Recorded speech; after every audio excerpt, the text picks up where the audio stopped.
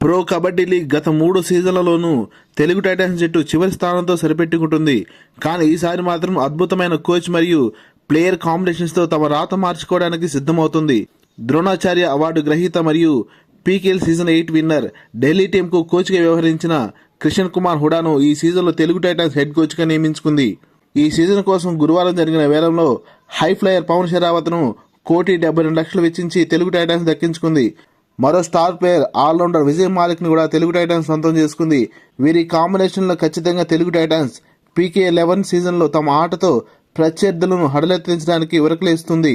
తొలి రోజు వేలంలో ఇండియన్ స్టార్ ప్లేయర్ సచిన్ తన్వర్పై అనూహ్యంగా 2,15,00,000 ఖర్చు చేసి మరీ తమిళ తలాబెల్ దక్కించుకుంది. అలాగే గత season winner Puneri Paltan all rounder Mohammad రేజాన్ దక్కించుకోవడానికి అన్ని జట్లు పోటీ పడగా చివరికి అతన్ని 2,07,00,000 వెచ్చించి హర్యానా స్టీలర్స్ చేజిక్కించుకుంది. తొలి రోజు వేలంలో 8 మంది ఆటగాళ్లు 1,00,00,000 పైగా ధర పలికారు. శుక్రవారం కూడా పీకేఎల్ 11 సీజన్ కోసం వేలం కొనసాగనుంది. లేటెస్ట్ స్పోర్ట్స్ వీడియోస్ కోసం ఈ వీడియోను లైక్ చేసి ఈ ఛానల్ సబ్స్క్రైబ్ చేస్తారని ఆశిస్తున్నాం. Thank you for watching.